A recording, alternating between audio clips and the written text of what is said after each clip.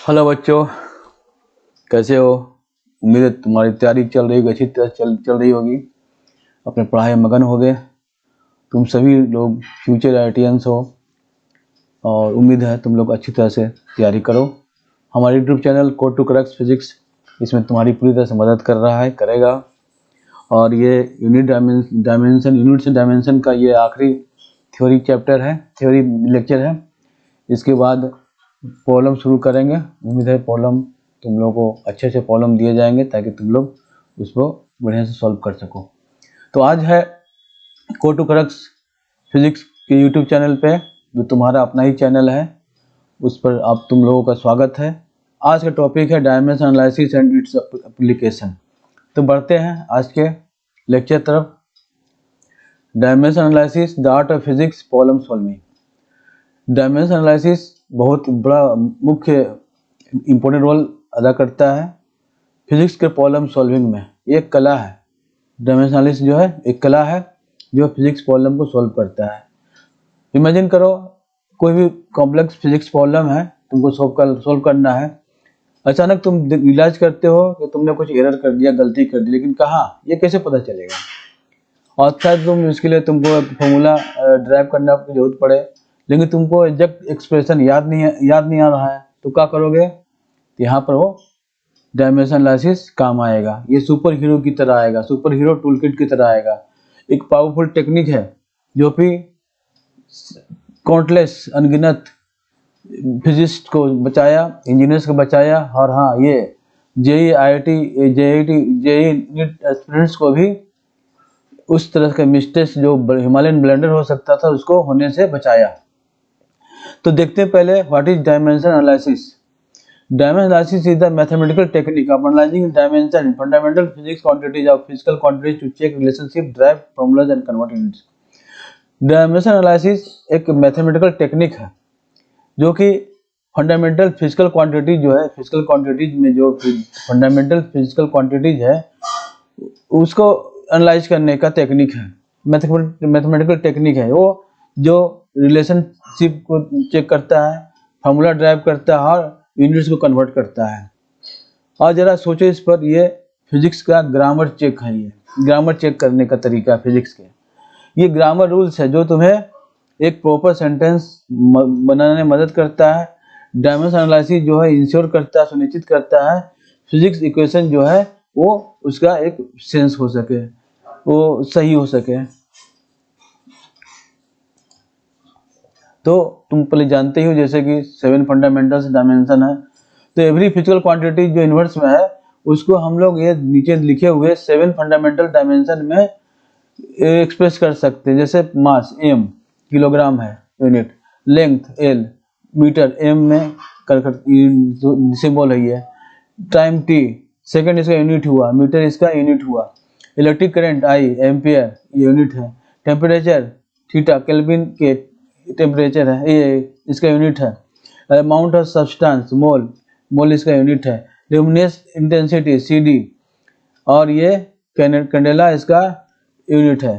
तो JEE NEET के जो स्टूडेंट्स है वो सब प्राइमरीली ये पहले जो है MLT इसी पर वर्क करते हैं, इसी से अधिकतर ड्राइव हो जाते हैं। तो प्रिंसिपल होमोजेनिटी क्या है, गोल्डन रूल क्या है फिजिकल, इसमें कोई फिजिकल वैलिड फिजिकल इक्वेशन है, डायमेंशन जो है दोनों तरफ के सेम होना चाहिए, RHS भी, राइट हैंड साइड भी, लेफ्ट हैंड साइड भी, दोनों मिलाकर दोनों को बराबर होना चाहिए, तभी समझेंगे ये एक वैलिड फिजिकल इक्वेशन है। ये गोल्डन रूल है इसका। इस तरह से हम लोग कह सकते हैं तुम लोग एप्पल्स को ऑरेंज में नहीं जोड़ सकते हो, और मीटर को मीटर से जोड़ सकते हो, सेकंड को सेकंड में जोड़ सकते हो, कभी भी मीटर को किलोग्राम से नहीं जोड़ सकते हो। ये फंडामेंटल रूल है, ये गोल्डन रूल है। तो आइए कुछ एग्जांपल से समझते हैं इसको। पहला इक्वेशन है ये S = U2 + ½ AT²। Left side किया L, S डिस्टेंस है, L डिस्प्लेसमेंट है। ये राइट साइड किया फर्स्ट टर्म UT, ये क्या UT क्या हो गया, वेलोसिटी हो गया L/T², T और ये क्या हो गया L, ये T1 T-1 T कट गया, L बच गया। अब राइट साइड के लिए सेकंड टर्म क्या है LT2 - 2 और T, ये एक्सेलरेशन का हो गया डायमेंशन, ये हो गया टाइम।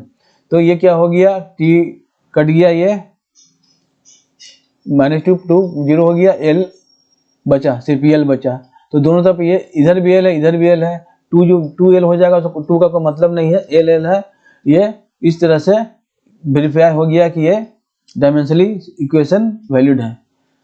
तो सभी तरह के चेकआउट हो गया ये। अब मेजर एप्लीकेशन आते हैं डायमेंशन एनालिसिस पे। पहला एप्लीकेशन क्या है, इक्वेशन का करेक्टनेस, शुद्धता को चेक करते हैं, सही है कि नहीं सही है। ये पहला फर्स्ट लाइन डिफेंस है किसी भी एग्जामिनेशन का सिली मिस्टेक से बचने का।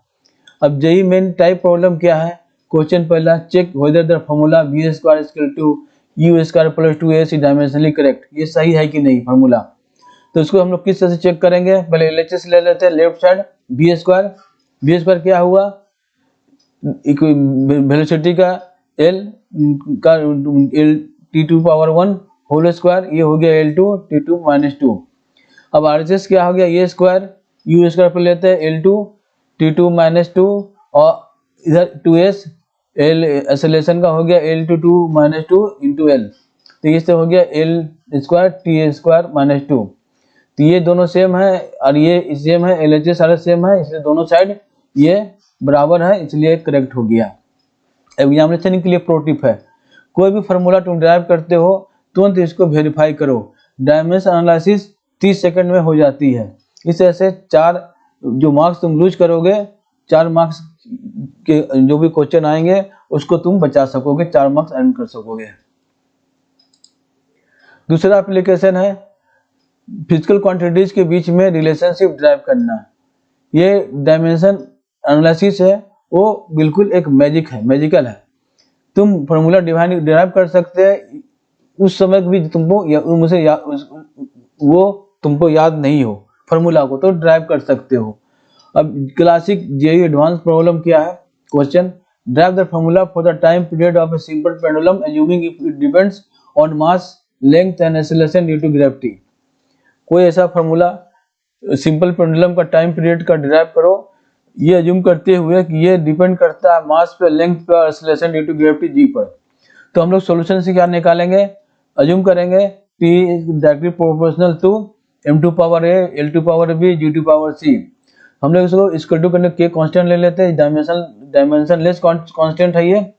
तो अब हम डायमेंशंस ऑफ ईच क्वांटिटी लिखेंगे। T क्या इधर हो गया और m का क्या हो गया, m 0 है और L2 0 हो गया और t -1 हो गया। तो ये हो गया तुम्हारा g का, और m हो गया m, l हो गया l, g हो गया l t2 - 2 हो गया। इसमें ये हो गया लेफ्ट साइड का, इसमें सिर्फ m और l नहीं है, सिर्फ इसमें t है, ये हो गया। और इधर इस राइट साइड में क्या है, m हो गया m, l और g का हो गया ड्यू टू ग्रेविटी का, ये डायमेंशन हो गया L2 - 2। तो हम लोग इसको आगे बढ़ेंगे, चेक करेंगे इसे। अब इसको सब्स्टिट्यूट करते रिलेशन में, दोनों को इक्वेट करते हैं।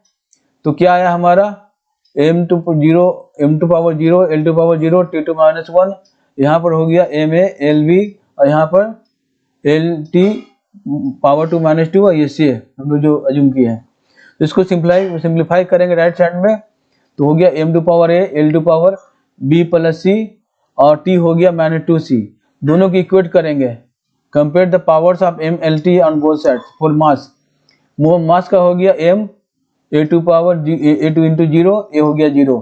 फॉर टाइम के लिए क्या है, t 1 है इधर और इधर t2 -2c, तो क्या हो गया, ये c = -1/2। लेंथ के लिए ये 0 है इधर, l इधर हो गया L2b + c, 0 = b + c, b क्या हो गया -c = c का वैल्यू हम लोग निकाल चुके हैं, है ना। तो ये हो गया हमारा 1/2। तो हम लोग सब्स्टिट्यूट कर देंगे इसको ABC की जगह पे, तो क्या हो गया, टाइम = k m⁴ 0 L2 ½ और g2 -½ ये हमारा फार्मूला निकल गया, ड्राइव हो गया। जिस तरह से सवाल दिए गए थे उसके अनुसार ये फुलफिल करता है। तो क्या हो गया, ये T⁴ L/g और एग्जैक्ट थ्योरेटिकल एनालिसिस एक्सपेरिमेंट के लिए किए k2 2 पाई, ये एक्सपेरिमेंटली पाया गया k2 2 पाई। तो ये फॉर्मूला हो गया टाइम पीरियड का, टाइम पीरियड सिंपल पेंडुलम का time period equal to 2 pi under root square root L by G. तो यहाँ हो गया के इसको मान लिया कि 2 पाई के इसको 2 pi from exact analysis. Imaging that बिल्कुल ये एक फॉर्मूला निकाला जो कि बिल्कुल लॉजिक है, लॉजिकली सही है एकदम। अब तीसरा एप्लीकेशन कहाँ है ये, converting units from one system to another, एक सिस्टम से दूसरे सिस्टम में यूनिट्स में कन्वर्ट करेंगे। ये स्पेशली यूजफुल है जब हम डिफरेंट यूनिट सिस्टम को से डील करते हैं न्यूमेरिकल प्रॉब्लम सॉल्व करने के लिए। तो यहाँ प्रैक्टिकल क्वेश्चन लेते हैं, convert gravitational constant g equal to 6.67 equal to 10 to power -11 in m square by kg square from SI to CGS units में। तो क्या है dimension of universal gravitational constant, क्या g equal to dimension m to power -1 l to power 3 t to power -2। अब इसको हम लोग numerical value g के फॉर्म से कन्वर्ट करेंगे। न्यूमेरिकल वैल्यू ऑफ g कहाँ से करेंगे, from SI units to CGS में। SI यूनिट्स क्या हो गया इसका n m square by kg square और CGS हो गया dyne cm square by g square. तो कन्वर्जन फॉर्मूला क्या है, n2 equal to n1 m1 by m2 power -1 equal to l1 by l2 power 3 equal into l1 t1 by t2 -2। इसके जगह पे हमने पुट किया, अज्यूम किया, इसको लिया। अब आगे बढ़ते हैं, जहां हम लोग n जो है ये दिया हुआ है ना, ये SI यूनिट में है, हम लोग CGS में निकालना है। n1 जो है ये हमारा SI यूनिट में है, n2 हमको CGS में निकालना है। तो ये हो गया तुम्हारा m1 जो हो गया SI में, l1 हो गया SI में, t1 SI में और m2 हो गया SI CGS में, l2 CGS में, t2 CGS में।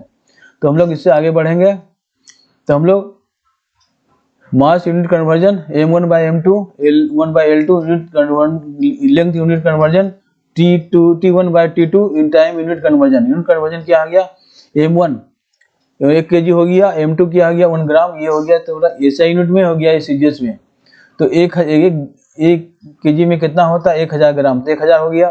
l1 बाय l2, तो l1 SI यूनिट हो गया 1 मीटर और ये l2 हो गया CGS में 1 सेंटीमीटर। 1 मीटर में कितना होता है 100 सेंटीमीटर, तो 100 हो गया। t1 बाय t2, t1 जो हो गया SI यूनिट में और t2 हो गया CGS में, दोनों का टाइम यूनिट सेकंड है, तो ये 1 हो गया। अप्लाई करेंगे फॉर्मूला पे, इस तरह से लिख देंगे,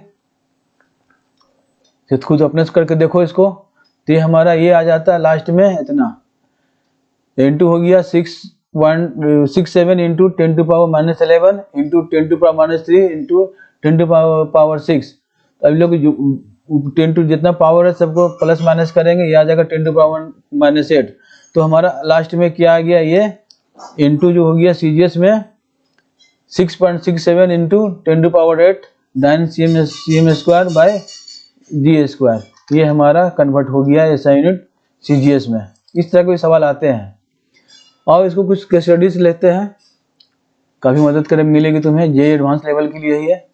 Stokes law problem, a small problem क्या है, a small sphere falls through a viscous liquid, the terminal velocity depends on radius sphere, density of sphere, viscosity of liquid, acceleration due to gravity. अब इसको relationship निकालना है, तो हम लोग मान लेंगे लेट द टर्मिनल वेलोसिटी भी depends on radius of sphere, density of sphere, viscosity coefficient और एक्सेलरेशन ड्यू टू ग्रेविटी। तो हम लोग अज्यूम करेंगे ये जो है terminal velocity directly proportional to r to power a, density जो है ये टू पावर b, ये विस्कोसिटी है पावर c और ये acceleration due to gravity d power to g। तो हम लोग इसको कांस्टेंट लेके इसको इक्वल करेंगे, एक जहाँ की है डायमेंशनलेस कांस्टेंट है। ये सभी डायमेंशंस को, जो सभी क्वांटिटीज है, डायमेंशन को डाल देंगे। v का ये हो गया l into T to power -1, r हो गया l हो गया, ये डेंसिटी हो गया ये टू पावर l -3, ये विस्कोसिटी कोएफिशिएंट हो गया m into l to -1 T to power -1। अब g का हो गया l into T to power -2। इस सभी को हम लोग इसमें पुट कर देंगे, तो हो गया ये हमारा v का हो गया ये, और l जो हो गया हमारा, r जो हो गया l और ये डेंसिटी जो हो गया यहाँ, और पावर इसमें ये पावर बी इसमें एन में, ये कोएफिशिएंट विस्कोसिटी में इसमें ये पावर सी, और इसमें डी सेंसिटिव ग्रेविटी में। और दोनों की इक्वेट करेंगे, बहुत आसान है। तो अब दोनों साइड को देखना पड़ेगा एम एल और टी क्या आता है। तो मास के लिए दोनों एम को कंप्यूट इक्वेट किया गया, बी प्लस सी इक्वल 0, तो C equal to minus B हो गया, टाइम के लिए हो गया minus C minus 2d equal to minus 1। अब यहाँ पर सी की जगह माइनस बी इनपुट करेंगे तो ये हमारा b minus 2d equal to minus 1 हो गया। लेंथ के लिए a minus 3 b minus C plus d equal to 1। इस तरह से हमारा ये तीन इक्वेशन, ये इक्वेशन दो ठो मिला। अब आगे बढ़ते हैं, इसको देखते हैं कैसे सोल्व किया जाए। अब सिस्टम को सोल्व करते हैं। Stokes flow physics and dimensional consistency, equation 1 से b minus 2d equal to minus 1। अब विस्कस फ्लो थ्योरीज क्या होता है, d equal to 1 b equal to 1, है ना। इस तरह से c equal to minus b equal to minus 1। तो इस वैल्यू को हम लोग इक्वेशन पुट कर देंगे, a minus 2 into 1 plus 1 equal to 1। ये वैल्यू हमारा a इक्वल टू 2 निकल गया। तो फाइनल एक्सपोनेंट निकल गया a equal to 2, b equal to 1, c equal to minus 1, d equal to 1। तो फाइनल रिजल्ट निकल गया ये हमारा terminal fluctuation equal to directly proportional to r square density g divide by viscosity coefficient. तो ये exactly Stokes form में है।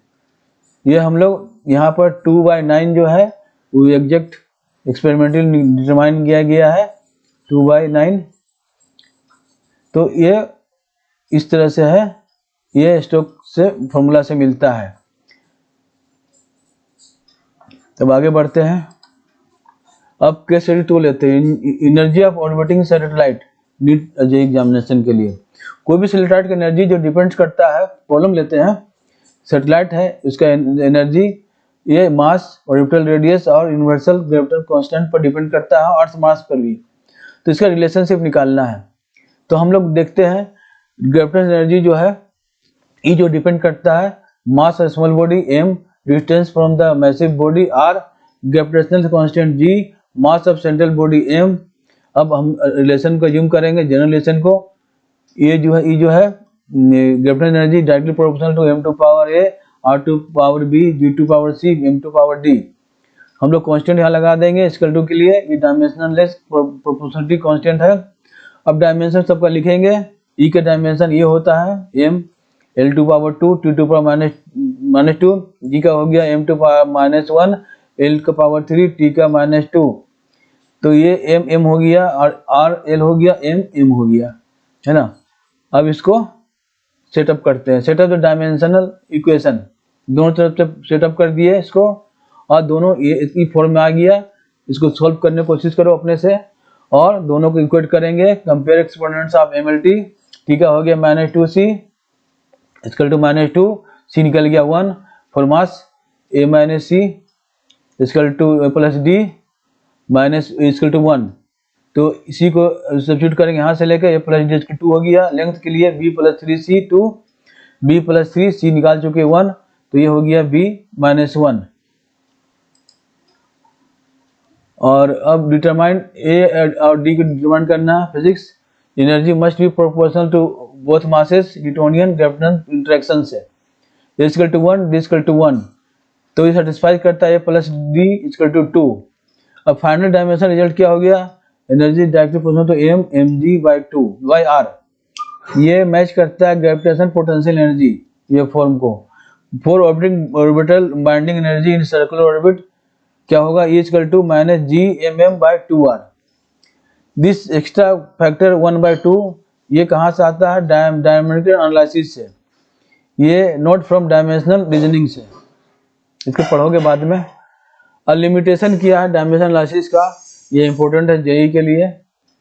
Dimension analysis बहुत पावरफुल है, लेकिन तब भी इसके लिमिटेशन है। ये ट्रिकी क्वेश्चन में हमेशा अपीयर होता है।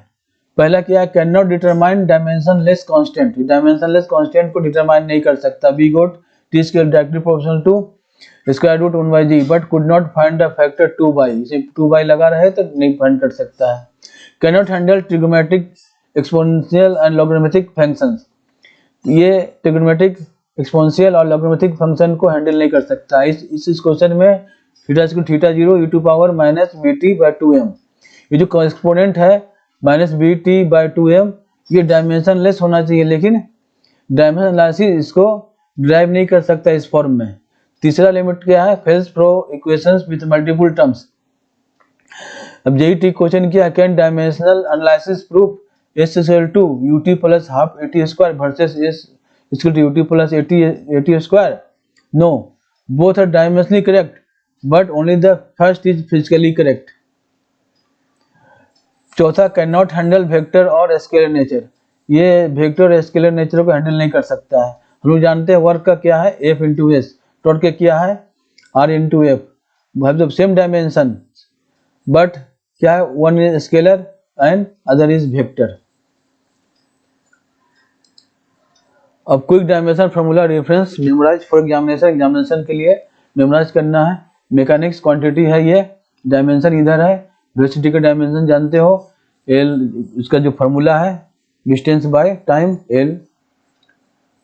एल t2 माइनस 1, ये डिस्टेंस हो गया, ये टाइम हो गया, है ना। Acceleration velocity by time, L t2 minus 2, force ml t2 minus 2, momentum ml t2 power minus 1, energy या work ml l2 power 2 t2 power minus 2, power m l2 power 2 t2 power minus 3, pressure m l2 power minus 1 t2 power minus 2, surface tension m t2 power minus 2, viscosity m l2 power minus 1 t2 power minus 1। Electricity magnetism के लिए quantity क्या है, charge का dimension क्या है, at, current का a, potential का m l2 power 2 t2 power minus 3 a2 power minus 1, resistance के लिए m l2 power t2 t2 power minus 3 a2 power minus 2। अब एग्जाम स्ट्रेटेजी टिप्स क्या है जेईई मेंस के लिए? डायमेंशन एनालिसिस को यूज किया जाता है मैकेनिक्स से इलेक्ट्रोमैग्नेटिज्म सेक्शन में तुरंत फार्मूला ड्राइव करने में, ये क्विकली ड्राइव कर वेरीफाई कर देता है डायरेक्ट फार्मूला को। न्यूमेरिकल प्रॉब्लम्स के लिए ये डबल चेक का काम करता है फाइनल आंसर, डायमेंशन का फाइनल आंसर के लिए। इस तरह से 30 से 60 सेकंड पर वेरिफिकेशन में समय बचा देता है, ये 5 मिनट तक बचा सकता है। फॉर जेईई एडवांस के लिए expect derivation problems where you must see use dimension analysis to find relationship find करने के लिए डायमेंशन एनालिसिस किया जाता है डेरिवेशन प्रॉब्लम में, उम्मीद कर सकते हो ये आता है। अब रेडी रखो लिमिटेशन एक्सप्लेन करने जब तुम्हें पूछा जाएगा। कमांड प्रॉब्लम क्या है, drive using dimensional analysis then verify using calculus. पहले डायमेंशनल एनालिसिस को ड्राइव करो, उसके बाद से कैलकुलस यूज कर इसको वेरीफाई करो। ये जेईई एडवांस के लिए। नीट के लिए क्या है, focus on checking formula correctness in physics section. Physics section में फार्मूला जो है उसका करेक्टनेस, शुद्धता को सही है कि नहीं, उसको चेकिंग करने में फोकस करो। यूनिट कन्वर्जन प्रॉब्लम था कॉमन, प्रैक्टिस करो उसके लिए। यूनिट कन्वर्जन जो प्रॉब्लम यूनिट में कॉमन है उसको प्रैक्टिस करो। Quick dimension checks can prevent negative marking. Dimension checks तुरंत करना सीख जाओगे तो वो नेगेटिव मार्किंग से बच सकते हो। Practice problem for you, practice करने तो प्रॉब्लम दिया जा रहा है। Try this, drive the expression for the velocity of transverse waves on A stress string assuming it depends on. एक स्ट्रेस स्ट्रिंग है, उसका ट्रांसवर्स वेव्स का उसका वेलोसिटी एक्सप्रेशन निकालने का, ड्राइव करने का, जो कि डिपेंड करता है tension in string, mass per unit length, और इसका हिंट दे रहे हैं v इक्वल टू वेव्स का जो है वेलोसिटी है ट्रांसवर्स वेव्स का directly proportional to t2 tension string to power a into mass per unit length mu to power b। अब इसका डायमेंशन एनालिसिस यूज करो, आंसर होगा v equal to square root t by mu. अब final thoughts क्या है, अब इस problem को सोल्व करके हमारे कमेंट बॉक्स में डालो, देखिए जरा कितने बच्चे लोगों ने सही बनाया है। अब फाइनल थॉट्स में क्या है, डायमेंशन एनालिसिस एक टेक्निक नहीं है, माइंडसेट है। ये तुम्हें टीच करता है, सिखाता है कि तुम सोचो अपने फंडामेंटल नेचर फिजिक्स क्वांटिटीज है और उसका रिलेशनशिप का जो उसके बारे में सोचो। कोई भी किसी एग्जाम में तुम्हारा ये सेफ्टी नेट है कि तुम इसको क्विक चेक टूल के रूप में इस्तेमाल कर सकते हो, और कोई फार्मूला जनरेटर अगर तुम्हारा मेमोरी फेल हो जाए तो ये फार्मूला जनरेटर के रूप में इस्तेमाल कर सकते हो। याद रखो, बड़े से बड़े फिजिस्ट मैक्सवेल हो या फेनमैन हो, ये डायमेंशन एनालिसिस यूज किया है। इसमें मास्टरी हासिल करो। ये तुम एक पावरफुल वेपन हो जाएगा, तुम्हारे लिए हथियार हो जाएगा जेई नीट आर्सेनल के लिए, लड़ाई के लिए एक बड़ा हथियार, पावरफुल शक्तिशाली अधिक हथियार हो जाएगा। तो इस पर मास्टरी करो। अब अगले सेशन में इस पर प्रॉब्लम सॉल्व करेंगे, अच्छे से प्रॉब्लम, ट्रिकी टफ है ना, और मॉडरेट टू टफ रहेगा। जिस तरह के सवाल आते हैं नीट में, जेईई मेंस एडवांस में, उस पर हम लोग प्रॉब्लम सॉल्व करेंगे। उम्मीद तुम लोगों को मजा आएगा। ज़्यादा से ज़्यादा प्रॉब्लम सॉल्व करो, ज़्यादा कंसेप्ट क्लियर होगा, कंसेप्ट के साथ वो प्रॉब्लम सॉल्व किया जाएगा। तो मिलते हैं अगले वीडियो में, जो न्यूमेरिकल बेस होगा यूनिट डायमेंशन पे। तब तक के लिए इस सभी वीडियो, जो जितने वीडियो हमने दिए, वीडियो लेक्चर यूनिट डायमेंशन पे, उसे मनन करो, देखो, उसे समझो, कंसेप्ट क्लियर करो, फिर प्रॉब्लम सॉल्व करो। तो मिलते हैं अगले वीडियो में। हमारे इस YouTube channel core to crux physics को सब्सक्राइब करो, लाइक करो, शेयर करो, ज़्यादा शेयर करो, और बेल बटन प्रेस करो ताकि हमारा वीडियो तुम्हारे अपलोड होते तुम तक पहुंच सके। तो मिलते हैं अगले वीडियो में, तब तक के लिए गुड बाय।